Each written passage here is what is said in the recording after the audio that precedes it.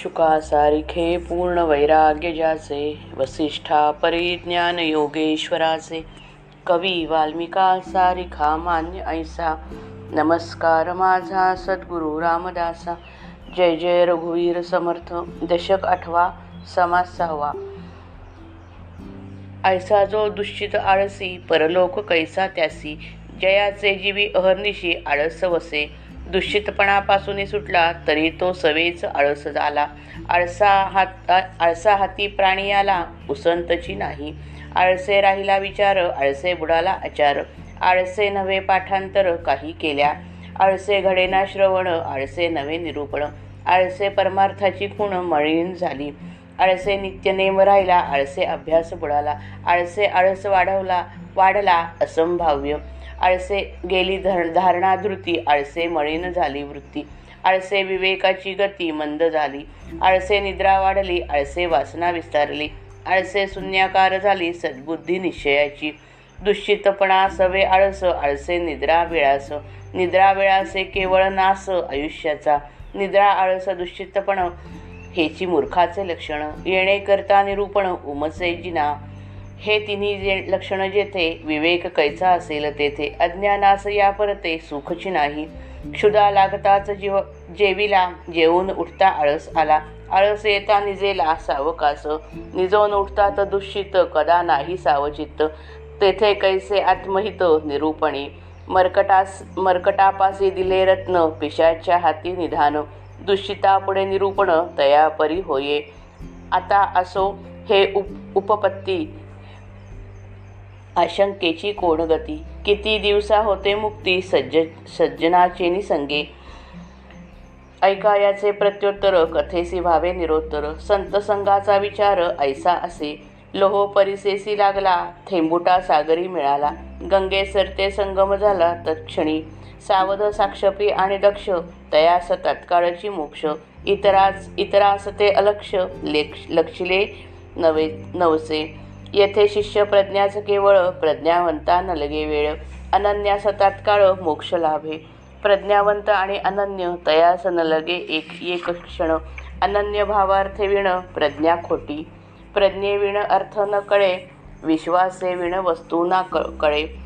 प्रज्ञा विश्वासे गळे, देहाभिमान.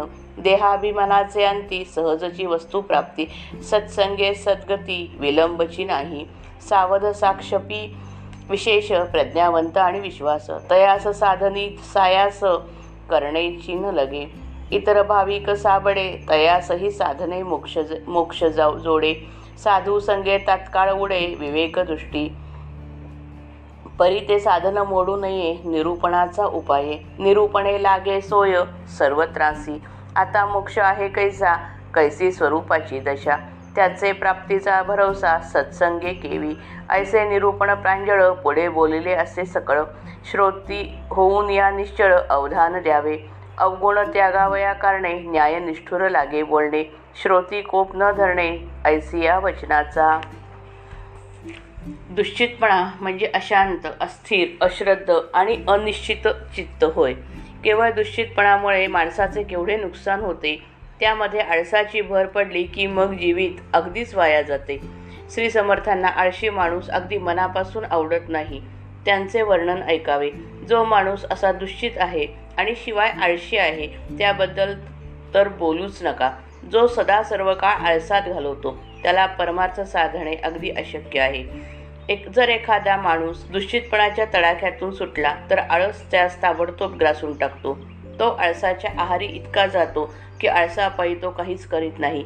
आळसामुळे जणू काही करण्यास त्याला फुरसतच मिळत नाही. आळसाने माणसाच्या विचारांची वाढ होत नाही. आचार धर्म बुडतो. काही केल्या पाठांतर होत नाही. आळसाने श्रवण घडत नाही. निरूपण प्रवचन यांचा फायदा करून घेता येत नाही. परमार्थाची साधना व प्रचिती मलिन होऊन जातात. आळसाने नित्यनेम चालत नाही. अभ्यास होत नाही आणि आळशीपणानेच कल्पनेच्या बाहेर आळस वाढतो. आळसाने धारणाशक्ती नाहीशी होते.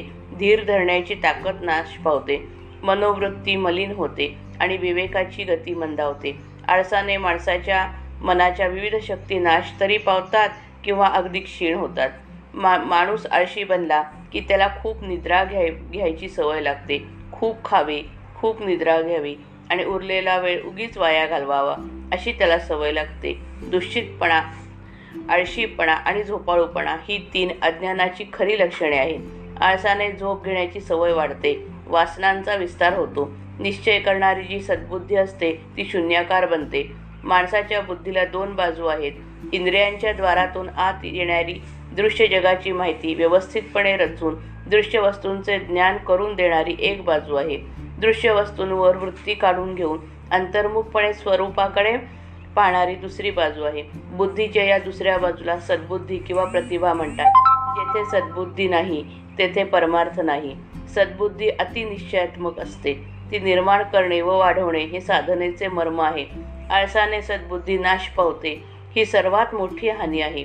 आधीच दुश्चितपणा, त्यात आळशीपणा आणि त्यामध्ये निद्रेचा विलास ही दुष्टत्रयी जेथे जमली तेथे संबंध आयुष्याची नासाडी होण्यास फार वेळ लागत नाही. निद्रा, आळस आणि दुश्चितपणा ही 3 खरी मूर्खांची लक्षणे आहेत. त्यामुळे केलेला उपदेश माणसाच्या ध्यानात येत नाही. मूर्ख माणसाच्या बुद्धीमध्ये सांगितलेल्या उपदेशाचा योग्य अर्थ करण्याची शक्ती नसते. हे 3 दोष जेथे असतात तिथे विवेक राहू शकत नाही. अज्ञानी माणसाला आळस आणि झोप यापेक्षा दुसरे कोणतेही सुख जास्त आहे असे वाटत नाही. असा अज्ञानी माणूस भूक लागली की पोटभर जेवतो, जेवून उठला की त्याला सुस्ती येते, आळस येतो, आळस आला की तो स्वस्थपणे निसतो, झोप घेऊन उठला की त्याचे मन व्यग्र असते, कशाकडेही त्याचे धड लक्ष नसते. अशा मनाच्या अवस्थेमध्ये निरूपण ऐकून तो आत्महित करून घेईल हे शक्य नसते. माकडाच्या हाती एखादे रत्न दिले किंवा पिशाच्याच्या हाती द्रव्याचा ठेवा दिला तर ते जसे वाया जाते त्याचप्रमाणे दुश्चित माणसाला केलेला परमार्थाचा उपदेश फुकट जातो. समासाच्या आरंभी श्रोत्यांनी जो प्रश्न विचारला होता त्याचे उत्तर आता देतात. अज्ञानाच्या लक्षणाचे हे विवेचन आता पुरे झाले. मूळ प्रश्नाचे उत्तर काय ते आता पाहू. आपला प्रश्न असा की सत्समागम केला असता मुक्ती मिळण्यास किती दिवस लागतात? या प्रश्नांचे उत्तर आता ऐकावे. या उत्तराने प्रश्न विचारणाऱ्यांची शंका संपूर्ण नाहीशी होईल. सत्समागमाचा विचार पुढील प्रमाणे आहे. लोखंड परीसाला लागले, पाण्याचा थेंब समुद्रात पडला, एक नदी गंगेला येऊन मिळाली. ज्या क्षणी हे घडते त्याच क्षणीच लोखंड सोने बनते, थेंब सागर बनतो आणि नदी गंगारूप बनते. त्याचप्रमाणे जो अत्यंत सावध आहे, कष्टाळू आहे आणि तत्पर आहे त्या सत्समागमामध्ये ताबडतोब मोक्ष प्राप्त होतो. ज्यांच्या अंगी हे गुण नाहीत त्यांना अत्यंत सूक्ष्म ब्रह्मस्वरूप पाहू म्हटले तरी पाहता येत नाही. परमार्थाच्या अनुभवामध्ये शिष्याची बुद्धी तयार व्हावी लागते, अत्यंत सूक्ष्म बुद्धी बनावी लागते. अशी तयार बुद्धी ज्याच्यापाशी असते त्यास वेळ लागत नाही. जो अनन्य होऊ शकतो त्यास ताबडतोब मोक्ष लाभतो. ज्याची बुद्धी अत्यंत सूक्ष्म आहे आणि जो अनन्य होऊ शकतो त्यास स्वरूप साक्षात्कार होण्यास एक क्षण देखील लागत नाही. अनन्य श्रद्धा असल्यापासून नुसती सूक्ष्म बुद्धी कामास येत नाही. सूक्ष्म बुद्धी नसेल तर सद्गुरू जे सांगतात त्याचा बरोबर अर्थ कळत नाही. अनन्य श्रद्धा नसेल तर वस्तू आकलन होत नाही. म्हणून प्रज्ञा आणि विश्वास या दोन्हींनी देहाभिमान नाहीसा होतो. देहबुद्धी गळून जाते. मी देह आहे ही भावना नाश पावली की अगदी सहजपणे आत्मवस्तू लाभते. अशा रीतीने सत्संगतीमुळे उत्तम गती लाभण्यास विलंब लागत नाही. जो मनुष्य आपल्या ध्येयाविषयी जागरूक आहे, पुष्कळ श्रम करण्यास तयार आहे, प्रज्ञावंत म्हणजेच बुद्धिमान आहे आणि खरा श्रद्धावंत आहे, त्याला साधनाचे कष्ट करावेच लागत नाहीत. शिवाय इतर जे श्रद्धावंत पण भोळे असतात अशा माणसांना देखील साधन केल्यानंतर मोक्ष हाती येतो. सत्समागमाने त्यांच्या अंतर्यामी विवेकशक्ती निर्माण होते आणि त्यांना सद्वस्तूचे दर्शन घडते. सत्पुरुष म्हणजे आत्मशक्ती निर्माण करणारे चालते बोलते यंत्रच होय. ज्या जीवाशी त्याचा निकट सहवास घडतो त्यामध्ये आत्मशक्ती सारखी ओतली जाते. पण घेणारा जीव जर ती शक्ती साठवू शकला नाही तर सत्समागमाचा व्हावा तितकासा फायदा होत नाही. जो जीव प्रज्ञावंत आणि श्रद्धावंत असतो त्याला संतांकडून संक्रमित झालेली आत्मशक्ती पचते आणि त्याची प्रतिभा जागी होऊन त्यास आत्मदर्शन घडते. आत्मदर्शन झाल्यानंतर सुद्धा निरूपणाचा नियम मोडू नये. आपली साधना सोडू नये. सर्वसामान्य लोकांना निरूपणामुळे आत्मदर्शनाचा मार्ग समजतो आणि ते थोडी तरी वाटचाल करू शकतात. पुढील समासाची प्रस्तावना करतात. आता मोक्ष मोक्ष म्हणतात तो आहे तरी कसा? स्वरूप दर्शनाची अवस्था कशी असते? सत्समागम केल्याने स्वरूप दर्शन होते याची खात्री काय? या प्रश्नांच्या उत्तरांचे विवेचन पुढील समासात साकल्याने केले आहे. श्रोत्यांनी मनाने स्थिर व्हावे आणि त्याकडे नीट लक्ष द्यावे. श्रवण करणाऱ्याचे अवगुण जर सुटायला हवे असतील तर वक्त्याला कडकपणे खरे बोलावे लागते. श्रोत्यांनी अशा न्यायनिष्ठुर बोलण्याचा राग मानू नये. श्रीराम जय राम जय जय राम.